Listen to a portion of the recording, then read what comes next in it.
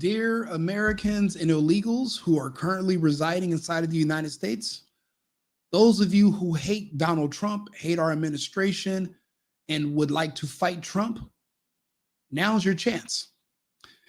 We have a saying, which is everyone has their time to shine. Now, for a lot of you, I've been seeing you on the internet for the past, God, since Trump became the president years ago. Even when Trump wasn't president, I've been seeing you guys say the same things. Now that Trump is back in the office and has the reins, you're still talking about fighting Trump. You want to fight Trump. You want to fight the administration. You want to go to war with Trump. Now's your chance. Now, I know you could have flown to the Ukraine or you could have flown to another war-torn country, but this is actually in a part of the Americas. If you really want to fight Trump and you're really against deportation, ICE, white supremacy, racism, those are all things you hate and you embody those in Donald Trump and his personality, well, Maduro is looking for you. President Maduro of Venezuela is now looking for people, disinfected, disgruntled Americans and from others abroad to come to Venezuela to help him defend the country and fight against Trump. You hate imperialism and colonialism. I get that. Now's your chance to show us how much. Now, it's easy to talk about fighting Trump from behind a computer or from within the safety of your own borders. You show up to places, you sit in the street, but you're not really affecting any change. What you want to do is you want to get busy. What you want to do is you want to throw hands.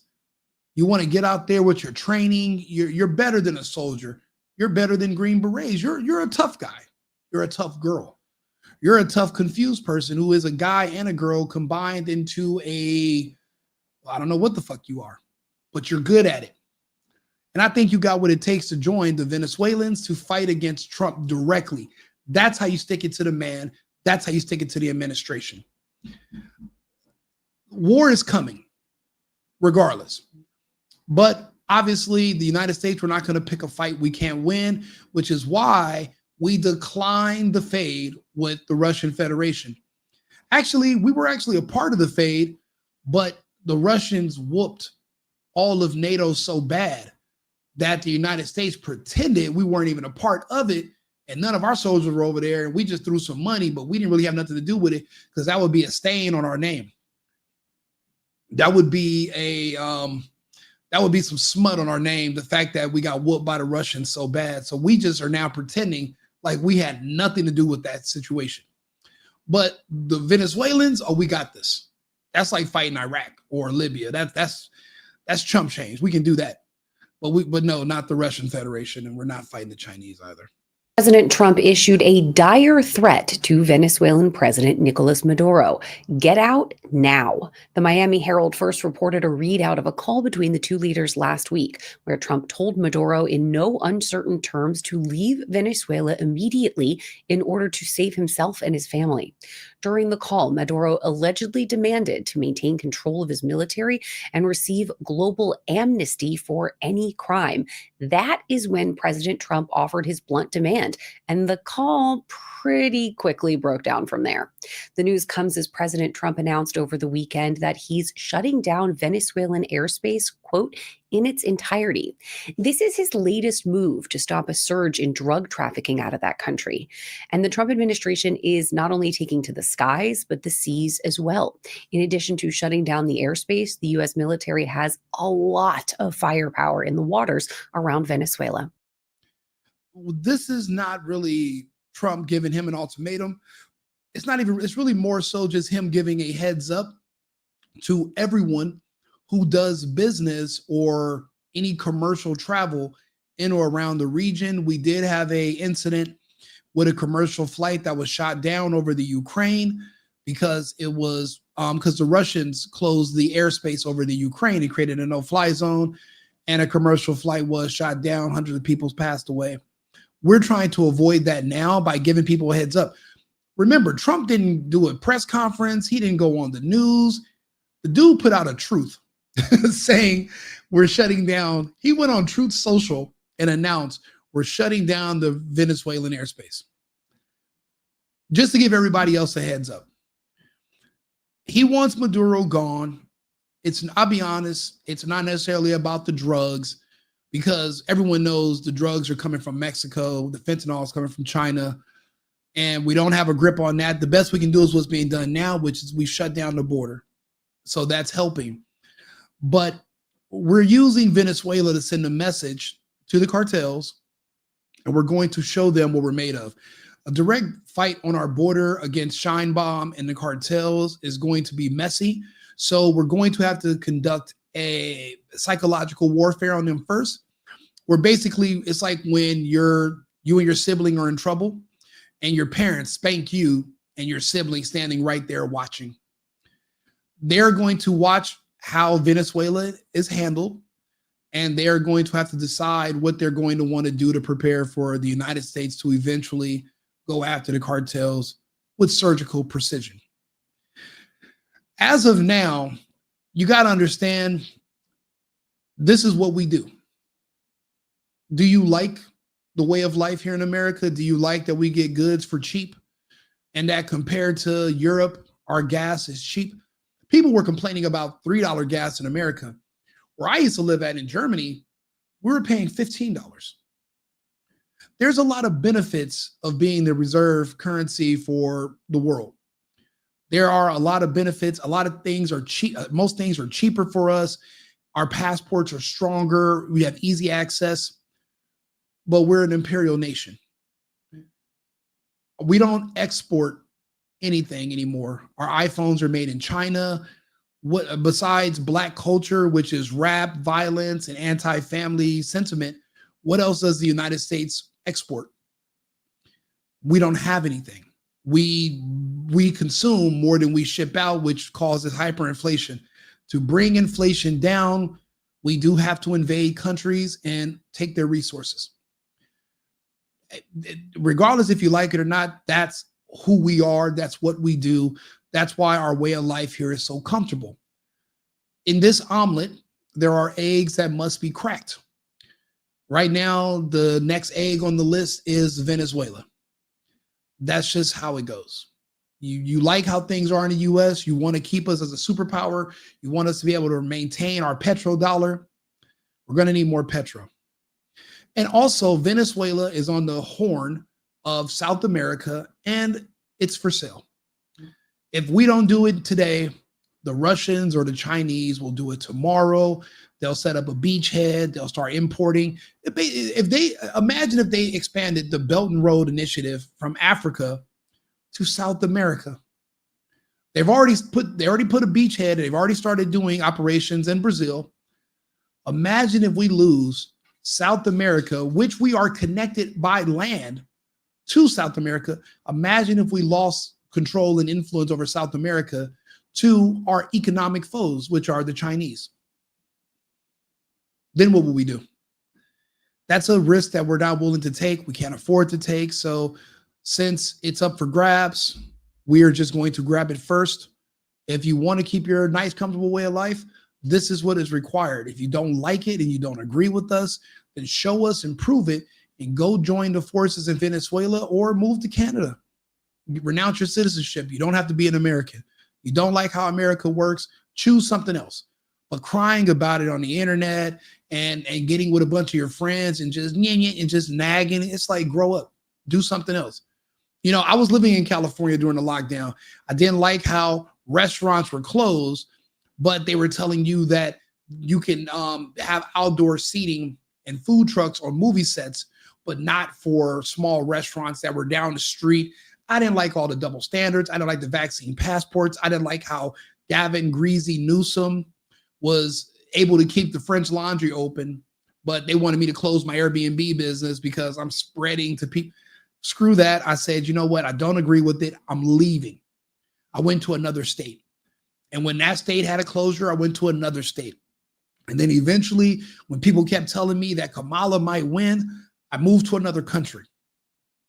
You're going to have to do the same thing too. You don't necessarily have to agree with us. And by living in the United States and paying taxes on goods that you're purchasing, you're actually funding everything that you claim to hate. The best way to show us that you're serious about how much you don't like Trump and his policies, completely divest yourself from the United States and move. That's the best way to do it. The USS Gerald R. Ford Carrier Strike Group has already been deployed to the Caribbean, and that group features 11 ships, over 70 aircraft, and 9 carrier air wings. Now, the buildup has sent reliable Venezuelan allies, Russia and China, slinking away to avoid anchoring President Trump. Word is that the two countries have decreased aid to Maduro to pretty much the bare minimum as a purely symbolic gesture.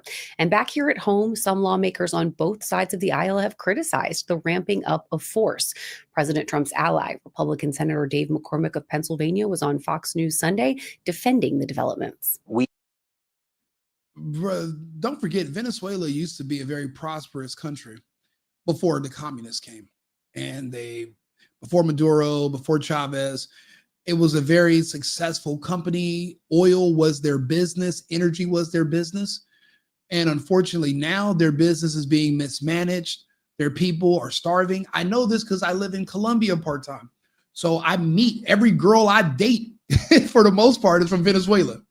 Every girl I talk to is from Venezuela, but not living in Venezuela because things got so bad.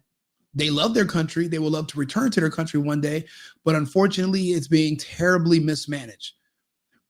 Think of this as a corporate takeover with bullets. It happens every day in the corporate world, and on a national level, on a worldwide stage, it does happen. Countries are invaded. The names change. Look at, again, I bring up the Ukraine. Those cities in the Ukraine, the names are being changed to Russian names. And eventually the entire country will be called whatever the hell Russians want to call it. Venezuela will likely keep its name and its people. We're just going to change the upper management so that the people there can afford to survive. And then they're not forced to try to flee to the United States just to live. If they can stay in their own country because they can earn and live and stay in their homeland, then they will. They're not coming here because they just think the United States is better. They have tons of beachfront property, beautiful people, great culture, food, but it's just the government is just strangling them to death. And that's what happens under communism. That's what happens when you have a dictator. Who are we to tell people what's best? But unfortunately, their bottom line does affect us here in the United States. And again, they're being influenced by other nations, other superpowers, and we would lose that country to another superpower if we don't hurry up and step in. That's why he's not saying we're going to wipe you out, Maduro. You have the chance to just take your family and leave. Now, there have been crimes against humanity committed against your people under your regime. So he's asking for amnesty if he goes to another country, so he was not arrested and extradited to the United States. It doesn't seem like we're willing to make that agreement. Maybe the best we'll do is we'll extradite Maduro, but we'll leave his children and his wife out of it, and they can be rich in another country, maybe Argentina, or they can move to London. There's a lot of people that they can move to another country and stay alive, but their father, President Maduro, would probably be prosecuted eventually somewhere.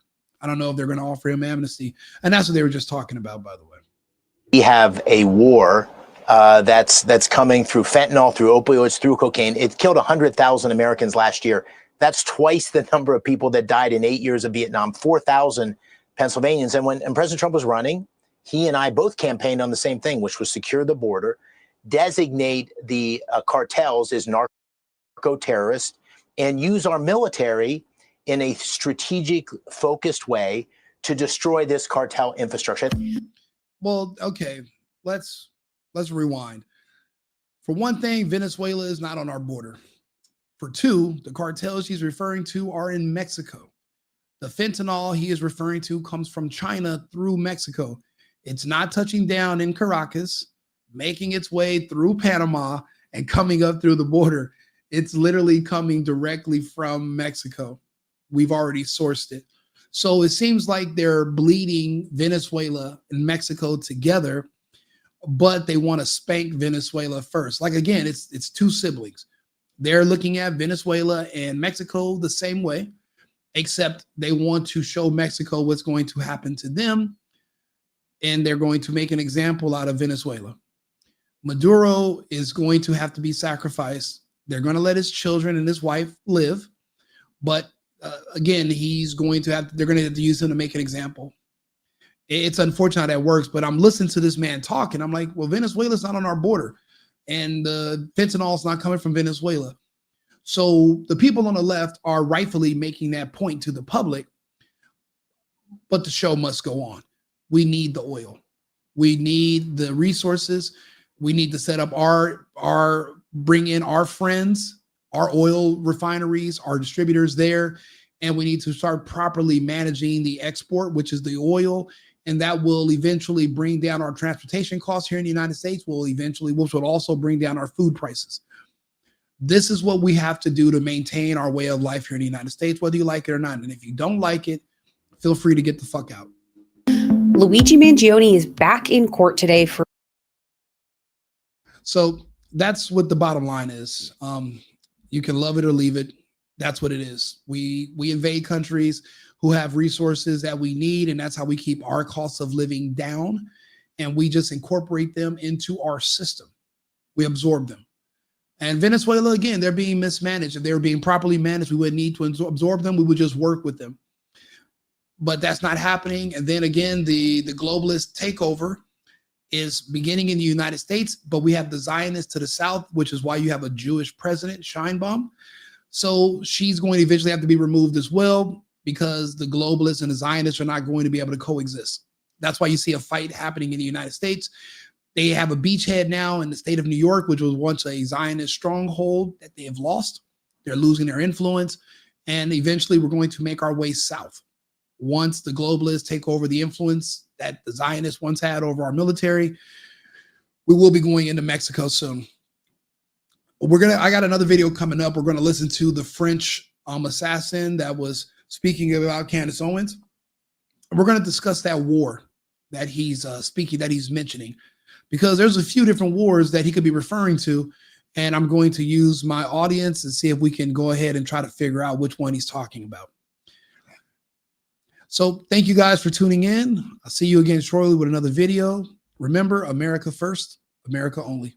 I've been needing to find a new apartment, which has not been easy with credit as bad as mine. Luckily, I found cosigning.com. They connected me with a cosigner who helped me get my dream apartment for me and my dog. I just paid a small fee and was able to move in fast. Get the cosigner you need for the apartment you want. Check out cosigning.com today.